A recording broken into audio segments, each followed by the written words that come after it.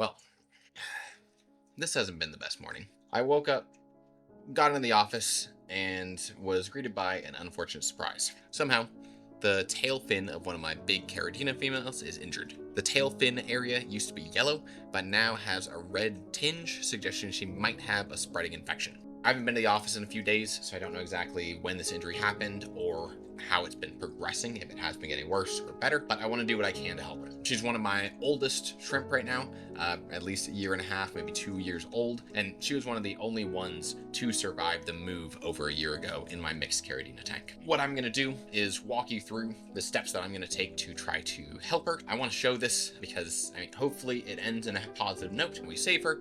But regardless, it's a good demonstration of what we can do to protect our shrimp so that if you ever find yourself in this sort of situation, you have the tools you need to hopefully help save your own shrimp. Here's what we're going to do.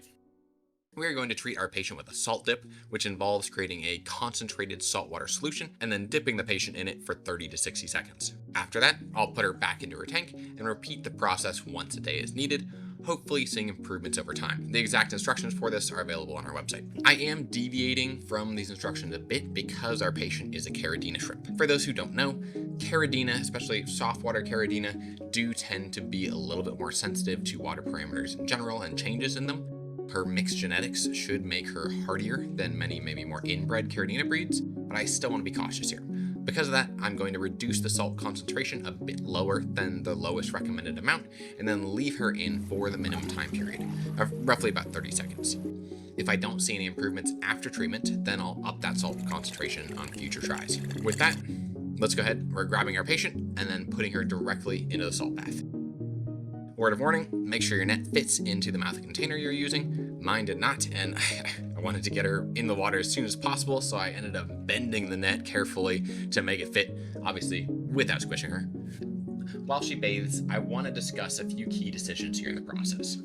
First is my choice of what kind of water to use in the salt dip. One option is my tank water. Now, I might not want to use that if I suspect the tank water is causing part of the problem. And instead, I want to use the cleanest water I possibly can, which would be remineralized RODI water. I was worried here about matching the parameters and acidity of the current tank water that she's in, and so I didn't want to make too many changes here. I wanted to try to eliminate as much stress as possible. That, along with paying attention to the tank and seeing that the other inhabitants, the other adults and the babies, seem to be doing fine, makes me think that the tank water is really not the problem here, so I am going to use that. Along that same line of thinking, I'm not putting her in a quarantine tank. Ideally, that'd be best, but I don't have a quarantine tank set up with active substrate that's been cycled for long enough. I'd be more worried about those parameter changes causing problems rather than just letting her stay in this tank. That could potentially mean that there's a spread of infection to the other adults, but this problem does seem to be caused by a very particular injury that she experienced and that none of the others have, and so I don't think there's a high risk of spreading, so I'm not worried as much about having a quarantine tank. That being said, of course I'm going to be looking carefully for any signs indicating that the other shrimp do seem stressed, so that the infection seems to be spreading, and then I'll act accordingly. If she does get worse and I'm worried about her dying, then I'll definitely want to take her out and quarantine her, simply because I don't want the other shrimp to start eating her, and fortunately they do that, and then potentially spreading the infection to other shrimp even if they aren't injured. Anyway, we'll check back in tomorrow after the salt dip and hopefully see some improvement. And she's pregnant. I saw what looked like some pre-molt behavior from her about an hour ago, and so I'm not surprised that she molted. Molting gives shrimp an opportunity to repair damage from their body, whether that is an injury like this or lost limbs. And so I was hoping that she would molt and that this would be a good thing for her, but she's now buried, and that obviously puts some extra stress on her body. At the same time, this could be a good sign because if she's carrying these eggs, that could mean that her body feels healthy enough to do so, and that would likely be a sign of recovery overall. But I don't know how much choice or natural instincts go into that sort of thing, whether she might carry eggs even if she is still unhealthy and trying to recover. So I'm not sure if this is a good thing overall. What this does mean is that I'm not going to be salt dipping her anymore because I don't want her to lose those eggs. And if she's recovering all right without them, then I don't see the reason to risk those eggs at all. Of course, if I do see the infection get worse, I'm going to start treating her regardless of those consideration for those eggs, because the mother's life is much more important than whatever those potential babies are. Anyway, let's check in with her in a day or two and see how she's doing. The infection isn't going away nearly as quickly as I'd hoped, but the good news is that we are seeing continuous improvement. The area around her injury looks less red and inflamed, so overall, I'd say a good sign. It also seems that any stress from caring for the eggs isn't leaving her too weak, as she's moving around with high energy and beating others off of her food as normal. It looks like she's recovering well, but we just still don't know, so I'm going to give her a few more weeks here, and then we'll see how things are progressing. Okay, we're about 3 weeks out from when I first saw the injury. I've noticed that anytime I approach the tank when the lights are on, she's constantly just like looking at me and turning directly to face me.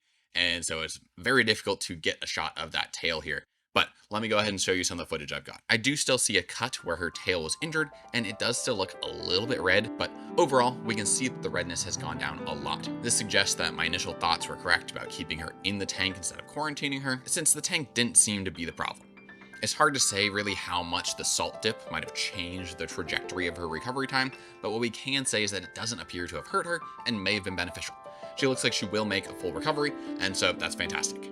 It looks like their immune system can take some time to fight off the superficial bacterial infections, and salt dipping more consistently may lead to better recovery time, but they do eventually fight it off if they're in a healthy tank. I'm really happy about that because honestly, I do really like this female. That's a little weird. Let's back up a little bit. This female and I have some history. No, that's not good either. I like shrimp. We're just friends. Don't worry about it. Okay.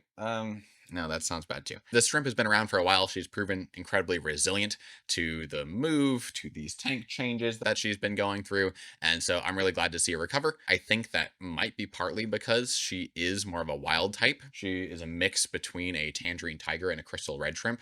Those two lines are going to have different genetic variations that promote a better tolerance to illnesses. I do wonder how much her genetic diversity plays a role in the recovery and her resilience across these tanks.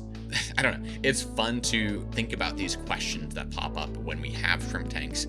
And so hopefully this helps you understand what to be on the lookout for in terms of injuries, in terms of infections, what those actually look like, as well as how to treat those, just in case something like this does happen in your tank and you want to try to save your shrimp. I also hope it brings up interesting questions about your tank, about your shrimp, about biology in a slightly different way. That's one of the things that we try to do here at Shrimply Explained. We want to give you the answers to solve your problems, but we also want to encourage interesting questions that you might have, that you might be curious about exploring, whether that's through papers or more research online or talking with other people, and hopefully learning more so that you can appreciate all of the different and fascinating biology in your life.